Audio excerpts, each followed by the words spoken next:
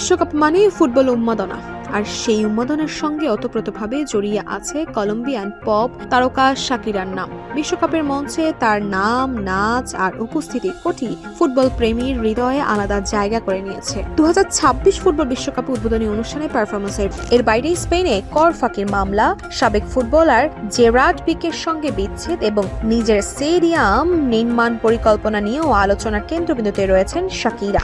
তবে বিশ্ব মঞ্চ কাঁপানো এই তারকাকে ঘিরে এমন একটি গল্প আছে যা অনেকেই জানেন না। প্রায় 2 দশক আগে বাংলাদেশের উপকূলীয় অঞ্চলে অসহায় মানুষের কষ্ট দেখে চোখের পানি ধরে রাখতে পারেনি শাকিরা। 2007 সালের নভেম্বরে প্রলয়ঙ্কারী ঘূর্ণিঝড় সিডরে লণ্ডভণ্ড হয়ে যায় বাংলাদেশের দক্ষিণাঞ্চল। হাজারো মানুষের প্রাণহানি, অসংখ্য পরিবার গৃহহীন এবং অসংখ্য শিশু হারায় তাদের স্বজনদের। সেই ভয়াবহ পরিস্থিতিতে জাতিসংঘের শিশু তহবিল ইউনিসেফের শুভেচ্ছা দূত হিসেবে 3 দিনের সফরে বাংলাদেশে আসেন শাকিরা। 2007 সালের 16 ডিসেম্বর ঢাকায় পৌঁছেই তিনি ছুটে যান পটুয়াখালী সিডর আক্রান্ত এলাকায়। সেখানে ক্ষতিগ্রস্ত পরিবার ও শিশুদের সঙ্গে সময় কাটান, তাদের গল্প শোনান এবং কাছ থেকে দেখেন দুর্যোগের নির্মম বাস্তবতা।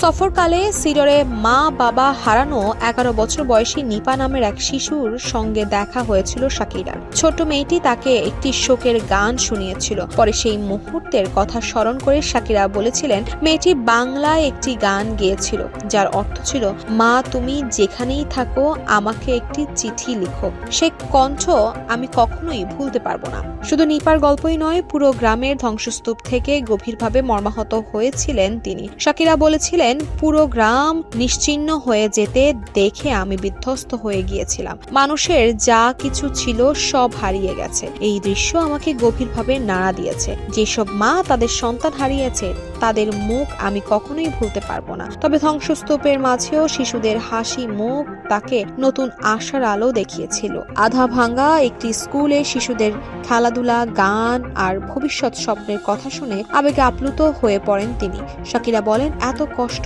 আর শোকের মধ্যেও শিশুদের হাসতে দেখেছি। কেউ ডাক্তার হতে চায়, কেউ নার্স। তাদের ইতিবাচক স্বপ্ন আমাকে অনুপ্রাণিত করেছে। বাংলাদেশ সফরের অংশ হিসাবে তিনি রাজশাহীতেও ইউনিসেফ পরিচালিত শিশু উন্নয়ন প্রকল্প প্রদর্শন করেন। শিশুদের শিক্ষা ও নিরাপদ ভবিষ্যৎ নিশ্চিত করতে কাজ করা এমন উদ্যোগে মুগ্ধ হন তিনি। ইউনিসেফ কর্মকর্তাদের ভাষ্য অনুযায়ী এই সফর ছিল অনেকটাই ব্যক্তিগত আগ্রহের ফল। প্রচারের আলো নয়, বরং বাংলাদেশের সাধারণ মানুষের জীবনকে কাছ থেকে দেখতেই এসেছিলেন শাকিরা। বাংলাদেশ ছাড়ার আগে আন্তর্জাতিক সম্প্রদায়ের প্রতি আহ্বান জানিয়ে তিনি বলেছিলেন, বাংলাদেশের মানুষ ও শিশুদের আরো বেশি সহায়তা প্রয়োজন। সরকার, আন্তর্জাতিক সংস্থা এবং সাধারণ মানুষের সম্মিলিত উদ্যোগই পারে তাদের পাশে দাঁড়াতে। আজ বিশ্বকাপের মঞ্চে শাকিরার পারফরমেন্স নিয়ে যত আলোচনা সমালোচনা হোক না কেন, বাংলাদেশের অনেক মানুষের কাছেই তিনি একজন শুধু বিশ্ববিখ্যাত পপ তারকাই নন, বরং সেই মানুষ যিনি একদিন এই দেশের দুর্যোগ কবলিত শিশুদের কষ্ট দেখে চোখের পানি ফেলেছিলেন।